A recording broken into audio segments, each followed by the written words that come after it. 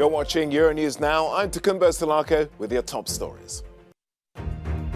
First group of civilians trapped for weeks inside a steel plant in Mariupol are heading to a Ukrainian-controlled city as attempts continue to let others leave their shelters. EU energy ministers are seeking to achieve a meeting of minds over how to handle Russia's threats to cut off gas and oil supplies. And EU leaders will be looking for India's support as its Prime Minister Narendra Modi begins a three-day tour of the bloc.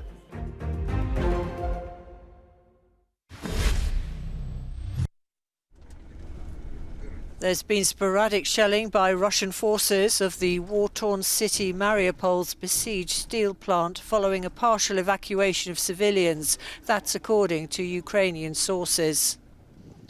On Sunday, the Russian Defense Ministry released footage of what it said was the evacuation of civilians from the Azovstal steel complex in the centre of the city. Other footage released by Ukrainian Azov forces showed some of the 100 people being helped to leave their underground shelters before being bussed out of the area to both Russian-controlled and Ukraine-controlled territory after weeks of being under siege. The children had been asking for food all the time, said one woman. The adults had endured the hunger better. The Azov military came to our bunker and said that they were searching our apartments. They shouted, claiming that most of the city was pro-Russian. They told us they had entered lots of apartments and had seen the Russian flag on display in almost all of them. To be honest, I don't have a Russian flag in my apartment, or a Ukrainian one. President Zelensky thanked the UN and the Red Cross for helping organise the evacuation. Today we finally managed to start the evacuation of people from Azovstal after many weeks of negotiations, after many attempts, different meetings with different people, calls, countries, proposals. Finally, there was not a single day when we were not trying to find a solution to save our people. As many as 100,000 people are still believed to be blockaded in Mariupol, including up to 1,000 civilians who are hunkered down with an estimated 2,000 Ukrainian fighters beneath the Soviet-era steel plant.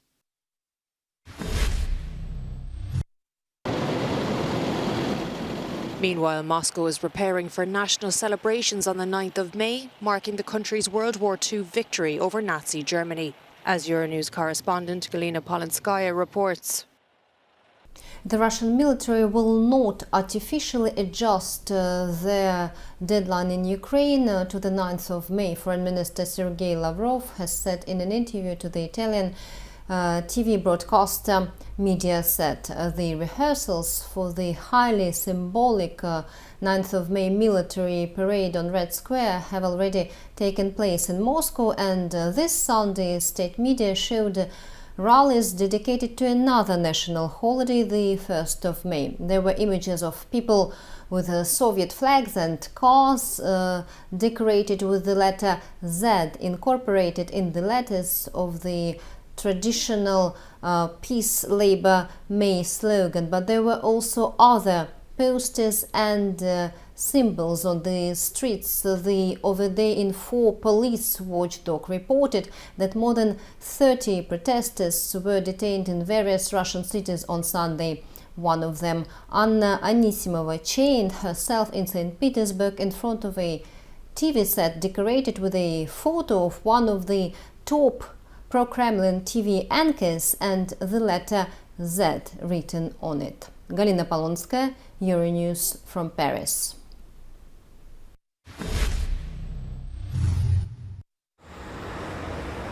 European Union energy ministers are meeting today, the first such gathering since Russia's decision to cut gas supplies to Poland and Bulgaria. The aim is to remain united and to show solidarity within the bloc as they seek ways to deal with Russia's move. Energy giant Gazprom halted gas supplies last week over Poland and Bulgaria's refusal to pay in rubles. The Kremlin wants payment in the Russian currency to lessen the impact of Western sanctions that include hundreds of billions of dollars of Russian assets. The EU has accused Moscow of blackmail, but is considering ways for payments to be made without breaching current embargoes. However, Vladimir Putin's actions have pushed Europe to the brink of an energy crisis, prompting a 20% increase in the price of gas. Germany is Gazprom's most important customer, importing 55% of its gas from Russia. Berlin has paid the energy giant €5 billion for gas and oil since the beginning of the conflict in Ukraine. Italy, Finland, Croatia and Latvia are also heavily reliant on Moscow.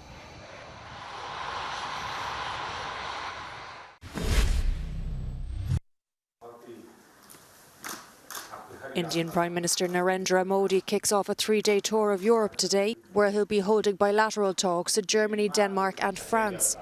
Following European Commission President Ursula von der Leyen's visit to Delhi last week, Modi is looking to negotiate a free trade deal with Brussels and strengthen ties with the European Union. But his trip comes at a sensitive time, with India and the EU split on their response to Russia's invasion of Ukraine. Our reporter Jonah Kalgren has more from Berlin. Indian Prime Minister Narendra Modi will of course get the high-level red carpet treatment during his visit to Berlin. There will be military honors and certainly a meeting with the German Chancellor Olaf Scholz.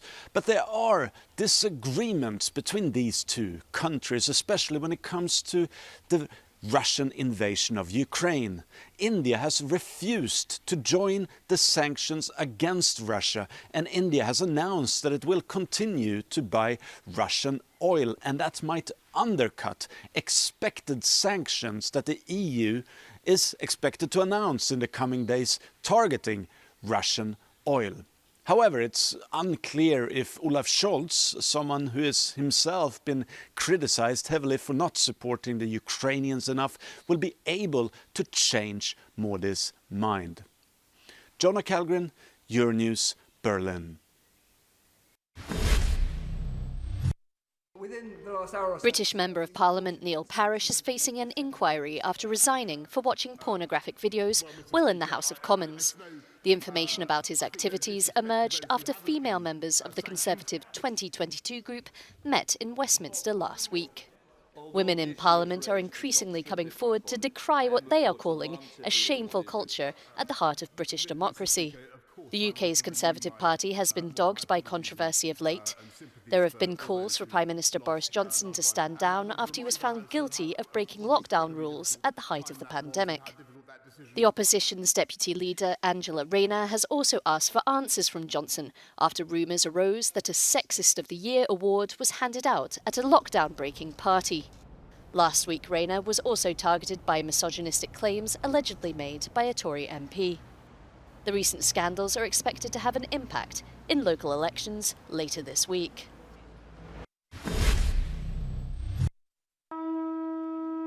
New Zealand has welcomed nationals from over 50 countries for the first time in 2 years as it drops almost all of its remaining pandemic border restrictions.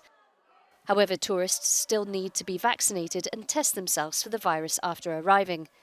The move has been welcomed by many New Zealanders, and it is expected to give a boost to the tourism sector that accounted for 20% of New Zealand's foreign income before COVID-19. In France, the number of new COVID cases dropped by 30% last week. This decrease also extends to new hospitalisations and patients in critical condition. Paris is now seeing a rise in tourism. There are 20% more foreign visitors than spring 2019, and tourists are happy to be back. Yeah, I couldn't come because of the restrictions, so now it's finally opening back and it's amazing. And in China, the zero-COVID policy put a stop to the popular May the 1st holiday travel. All of Beijing's restaurants were closed to dine-in customers, and tourist attractions were limited to half capacity over the weekend. A temporary hospital in the capital has also been reopened as the country tries to curb the latest COVID-19 outbreak. You can get much more on our top stories on our website, euronews.com. Time for us to take a break here on the programme, but we'll be back in a few moments.